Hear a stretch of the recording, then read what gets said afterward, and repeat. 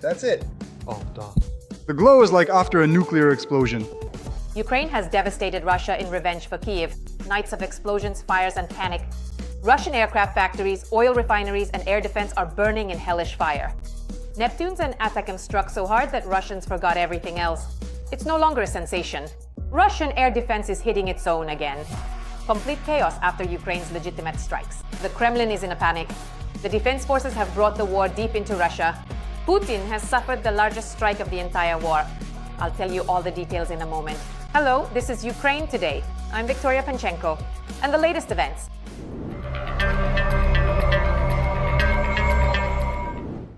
Ukraine's defense forces put on a real fireworks show targeting the strategic sites of the Russian aggressor. Missile troops, artillery, special forces, coastal missile units, and strike UAVs with Bars and Neptune missiles destroyed a number of key targets in the Russian Federation. The video shows a truly apocalyptic disco in the Krasnodar region.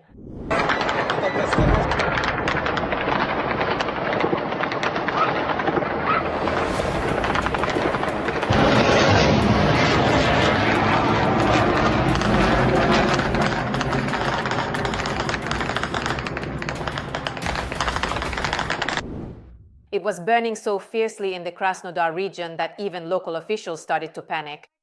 They reported that this was one of the most massive attacks ever. The mayor of Novorossiysk confirmed damage to several apartment buildings and private homes. And as usual, the Russian Ministry of Defense spun a fairy tale about shooting down 249 drones. And most importantly, Russian air defense once again precisely targeted their own.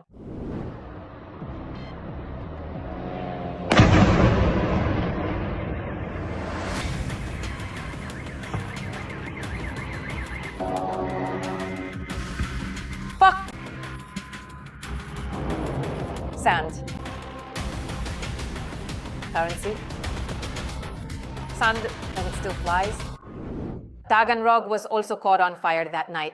The strike on the aircraft repair giant tank named after Baryev and the Atlant Aero UAV plant turned the territory into a continuous fire front. It is likely that the Russians have lost their unique flying laboratory with laser weaponry, the A-60 aircraft. They only had 2 of those. We are waiting for official confirmation, but the scale of the fires speaks for itself. Yes? The plane got completely and totally fucked.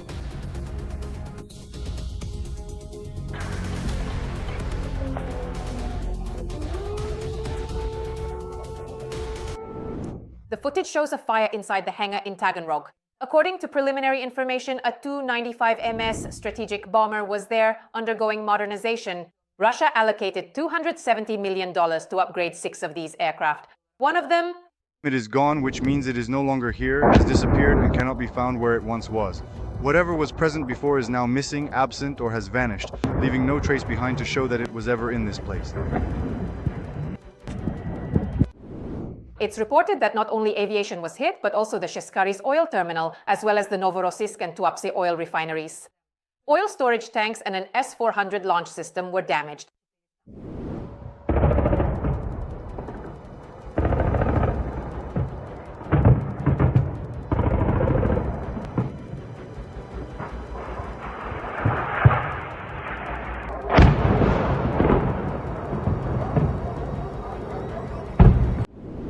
Everything is as usual in Russia. Air defense is working against Russians themselves, and as always with high precision.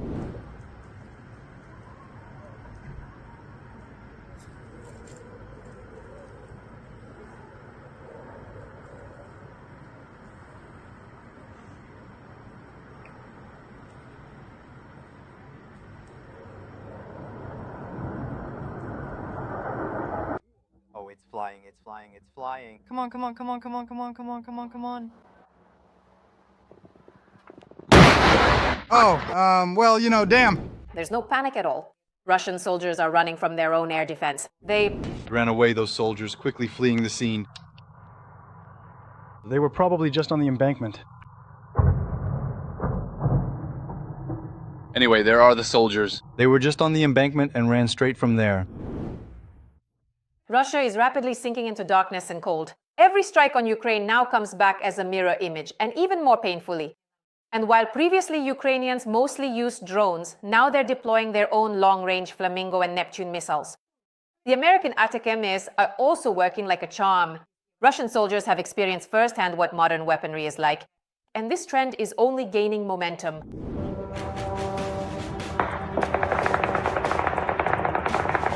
Ukrainian long-range drones are cutting off electricity in the occupied Donbass. In short, charge your phones. Looks like they've decided to shut off the power everywhere. I stopped counting after more than 30.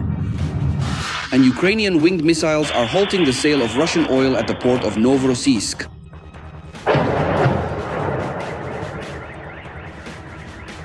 The Ukrainian defense industry is developing rapidly, and Kyiv is increasing its ability to strike deep into Russian territory. No way, man. Outrageous! Come on. Courage, look. Where have we ended up? This is Belgorod, basically. There's no power anywhere at all in Belgorod.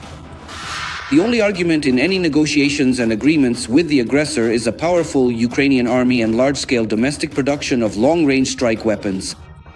In order to somehow bring this war to a stalemate, to shift it, we need to learn not only to repel enemy attacks on the front line, but also to suppress their logistics and their aviation.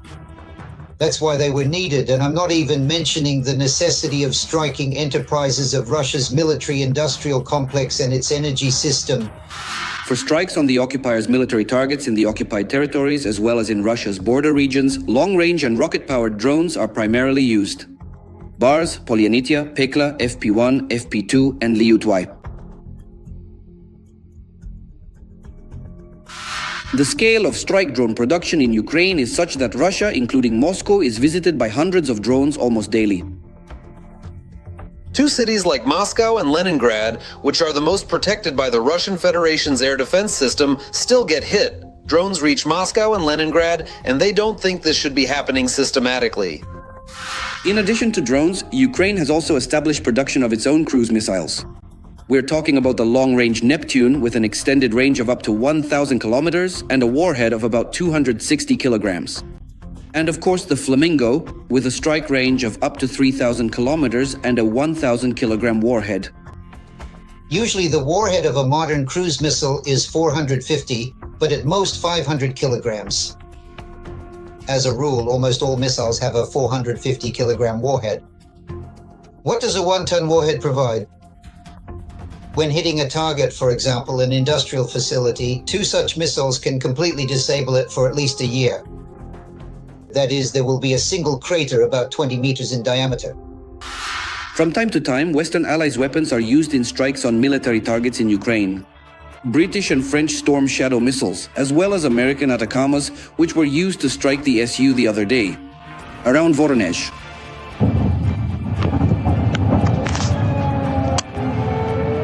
Guys, we're being bombed. We're being bombed. Recently, Russian energy infrastructure facilities have increasingly come under the sights of the Ukrainian armed forces. By cutting off electricity to Ukrainians, Putin is dooming Russians to blackouts. Taking into account the climatic features of the Russian Federation and the tactical and technical characteristics of the means, if Ukraine succeeds in striking, the Russian Federation faces a harsh winter, both literally and figuratively. First and foremost, this concerns thermal power plants and other production facilities that sustain the life of major Russian cities. Every voice matters. Join our community, support independent journalism and help us bring you the truth from Ukraine. Become a member of Ukraine Today. Join us now. Defense forces are carrying out targeted operations in the rear and on the front line. The occupiers are trapped in the war. 3 enemy platoons eliminated in a day. In Pokrovsk, the Russians failed spectacularly once again. The city held out. In the south, the occupiers' offensive shattered to pieces. And on the Kupiansk axis, the Ukrainian armed forces surged forward. And one more enemy Mi-8 helicopter down. Part of the occupied Donetsk region has plunged into complete darkness. This has paralyzed Russian forces. More on what is happening on the front and around it right now, coming up next. In the past 24 hours, 3 platoons have been eliminated and more than a platoon wounded. The General Staff of the Ukrainian Armed Forces has shared details of the fighting for Pokrovsk. Defense forces destroyed exactly 60 Russian assault troops who, in the fog, tried to advance toward the city center and gain a foothold. Another 23 people were wounded. As a result, the occupiers' attempt to break through failed. At the same time, the enemy still holds the old positions they captured a few days earlier. According to the Ukrainian Armed Forces Command, search and assault operations are currently underway, and the entire city effectively remains a gray zone. The enemy who entered through the southern outskirts of Pokrovsk has already established a certain foothold there. But the foothold is already being supplied logistically.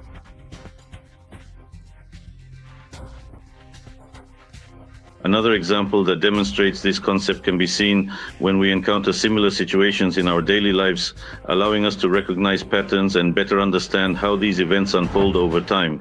Direction that regularly appears in military reports is the Kupiansk area. Despite Gerasimov's report about encircling around 5,000 Ukrainian soldiers there, our command denies this information. On the contrary, they are reporting on the successes and advances of the defense forces. Today, it has not yet been possible to push the enemy out of Kupiansk itself. However, the counter-attacking actions that the defense forces are demonstrating today are gradual movements. These are not any sudden counter-offensive operations, but specifically counter-attacking actions. Nevertheless, they lead to our defense forces managing to regain some tactical positions that were lost several weeks or even months ago, right in the city of Kupiansk itself. The Russians have also become more active in the south of our country. The Zaporizhzhia direction, from where the Ukrainian General Staff was pulling reserves to Pokrovsk, had been bringing rather alarming reports for several weeks. However, the situation has now been stabilized. The active military offensive operation they declared a week ago is no longer taking place. Now we are conducting targeted strikes and using firepower against their reserves. What is especially important is that now they have started destroying the railway that supplies these groups. Analysts say the situation in Zaporizhzhia remains difficult. The enemy continues to concentrate forces and with sabotage groups penetrates villages under Ukrainian control near the Kakhovka reservoir. However, these attacks repeatedly end in failure. The Russians once again failed to take Stepnohursk or even the multi-story buildings in the southern part of the settlement. Only part of the houses are under enemy control. Additional pressure on Stepnohursk is created by the enemy's attempts to break through along the road to Horivka. North of the seaside Dukas, there is a large open area, so the Russians don't even try to gain a foothold there. Instead, taking great risks, they dash a bit further north, where there is a building and at least some kind of trench line. But as the enemy advances in open fields thanks to our artillery, they suffer colossal losses there, which is why the occupiers are no longer given vehicles and are sent into the assault exclusively on foot. At the same time, our defense forces managed to strike not only along the front line, but also deep in the Russian rear. In particular, the past day was marked by an unprecedented event. Special Operations Forces shot down a Russian military helicopter with a long-range drone, a Mi-8 right on Russian territory. As noted by the agency, this opens a new chapter in the war, giving the Ukrainian armed forces capabilities never seen before. The thing is, previously, Ukrainians shot down helicopters in the air using regular FPV drones with a maximum range of several dozen kilometers and warheads weighing 1.5 kilograms. But in this case, we see that it wasn't necessary to ram the drone into the helicopter, precisely because of the powerful warhead. But on the other hand, as you can see, this is happening at a different altitude, one that regular FPV drones might not be able to reach, and which is very important according to some sources, though this still needs to be clarified, this is happening at a very long distance. In this case, it's the Rostov region near the area of Kutenikovo. And what is Kutenikovo? Well, basically it's 200 kilometers from the line of contact. The occupied territories were hit as well. Part of the Donetsk region was plunged into a total blackout, which partially paralyzed the command of Russian forces. Among more than a dozen successful strikes, the explosions in Dokuchayevsk are worth noting. Analysts are still debating whether the nighttime glow was the result of a strike on a power plant or on an ammunition depot. Whatever it was, either way, it's ultimately a significant blow to logistics. Because if a substation is destroyed, the group loses critical electricity. If the strike hits the ammunition depot, then the group loses its shells. And that's important for the group that's currently advancing in Donetsk region, so at the very least it slows down their offensive potential. At the same time, fighters on the ground are confirming this information. In particular, due to intensified strikes on Russian logistics in the Donetsk region, assault units have lost their steady supply of reserves and weapons and have lost momentum in their advance in Pokrovsk as well. And what do you think about the work of Ukraine's defense forces on enemy territory? We look forward to your comments. Keep up with main events and hit the like button. Wishing you peaceful skies above.